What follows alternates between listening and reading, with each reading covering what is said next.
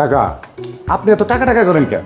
আরে টাকা তো কোনো ব্যাপারই না, আগে তার ইতিহাসটা শুনেন না। এই ফালতু কথা বলো কিসের জন্য? টাকা টাকা করি আমি না, টাকা কোনো ব্যাপার না।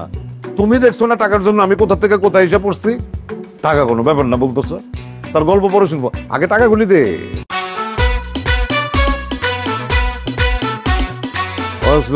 টাকা টাকা টাকা নিয়ে আসছি। ওয়ালাইকুম সালাম। বাচ্চু তুই তোরই কি চেয়ার হয়েছে? হ্যাঁ, কোথেকে এতদিন পর তুই উদয়? আমি আপনার বলছিলাম না, আপনার সব সমাধান আমি করে দিব, তাই ওরে নিয়ে আসছি। খুব ভালো করছো। আমার আমার একটা বিশ্বাস ছিল তুমি ওরে একদিন খুঁজে পাইবা। যাক, তুই যে আমার কি বিপদে ফেলাইছিস রে ভাই। আজকে আমি পথের ফকির হয়ে গেছি গিয়া। এই টাকাগুলি নিয়ে এইভাবে কেউ গায়েব হয়ে যায়? টাকা নিয়ে আসছোস? টাকা? আপনি এত টাকা টাকা করেন কেন? আরে টাকা তো কোনো ব্যাপারই না, আগে তার ইতিহাসটা শুনেন না। এই ফালতু কথা বলো কিসের জন্য? টাকা টাকা করি আমি না, টাকা কোনো ব্যাপার না। তুমি দেখছো না টাকার জন্য আমি কোথা থেকে কোথায় এসে পড়ছি? টাকা কোনো ব্যাপার না বলতেছো? তার গল্প পরে শুনবো, আগে টাকাগুলি দে। এই কেউ বড়দের সাথে এমন করে? হ্যাঁ, এতগুলি টাকা নিয়ে তুমি কোথাও উদয় হইলা? আমরা কি বিপদে পড়ছি? ছেলে মেয়ে ঢাকা শহরে আই না, আমরা তো পথের ফকির হয়ে গেলাম।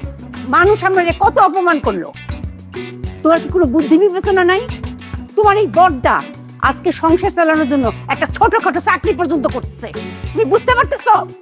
কাকি, আগে তার ইতিহাসটা শুনেন না। কিসের ইতিহাস শুনবো? যত সব মিথ্যু। বড়দা, আমার কথাটা একটু শোনেন। তোর কত ক?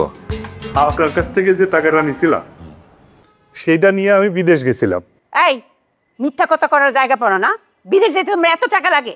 না না ভাবি, বিদেশ তো সব টাকা নিয়ে যাই নাই, মানে 10 লাখ টাকা নিয়ে গেছি, আর বাদ বাকি টাকাটা আমার বোর কাছে রাইখা গেছি। তো বিদেশ যাওয়ার পরে ভাইজান আর এক বিপদে পড়ছি, কারণ যে দালাল পাঠাইছিল সেই দালাল ছিল ভুয়া। হ্যাঁ, সেই ভুয়া কাগজপত্র নিয়ে আমি তো কোনো জায়গায় কাজ করতে পারি না। ভাবছিলাম যে আমি কাজ কাম কইরা আস্তে আস্তে আপনার টাকা শোধ দিয়া দেব, কিন্তু আপনি যেভাবে আমারে ফোন দিতেছিলেন আমি বাধ্য হয়ে বলছি ভাইজান যে আমি আর টাকা পয়সা দিতে পারবো না, আপনার ওই জমির সাথে সব অ্যাডজাস্ট করে নিয়েন। এরপরে তো আমি আর কোনো জায়গায় কাজ পাই না, কাগজপত্র তো ঠিক নাই। পরে পুলিশের হাতে ধরা খাইছি ভাইজান। বিশ্বাস করে 9টা দিন আমার জেলের মধ্যে আটকায় রাখছিল ভাইজান। হ্যাঁ, জেলখানার পানি তো ভালো না, পানি খাইতে পারি নাই, ঠিক মতো খাবার খাইতে পারি নাই, আমার জন্ডিস হয়ে গেছিল ভাইজান। পরে তারা এক কাপড়ে প্লেনের টিকিট ধরায় দিয়ে আমার দেশে পাঠাই দিতে। এরপরে আমি আবার গ্রামে চলে গেছি।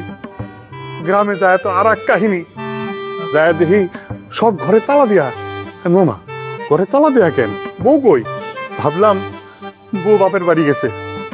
সেইখানে যায় দেখি সেখানেও নাই। এরপরে একজনের কাছে শুনলাম আমার বউ নাকি আর একজনের লোকে ভাইগা গেছে।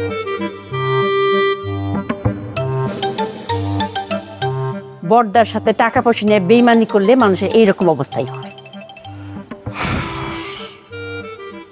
কি করবো? আচ্ছা, এক কাজ করো, ওদের খাবারের ব্যবস্থা করো, খাওয়া দাওয়া করে পরে কথা বলতেছে। তুমি কি বলতেছো সব? যে আম করে এত বড় বিপদে ফেলছে, মিথ্যুক কোথাকার, তার জন্য আমি ভাত নিয়ে আসবো? আমি পারবো না। তোমার ভাইরে তুমি ইচ্ছা করলে খাওয়াও, আমার দ্বারা হবো। কি বললো তুমি এটা? কাকি মনে হয় খুব বেশি রাগ করছে। না, খুশি হয়েছে। ও যে এত বড় বাটপারি করছে, এত খুশির খবর না, খুব খুশি হয়েছে তোমার কাকি। আমিও হয়েছি। যা, তুই গিয়ে একটু তোর চাচার মারুফের জন্য একটু খাবারের ব্যবস্থা কর। যা। আমাকে জিজ্ঞেস করি আব্বা? আমারে জিজ্ঞেস করতে হবো কেন? আমি বলতেছি কানে যায় না? যা।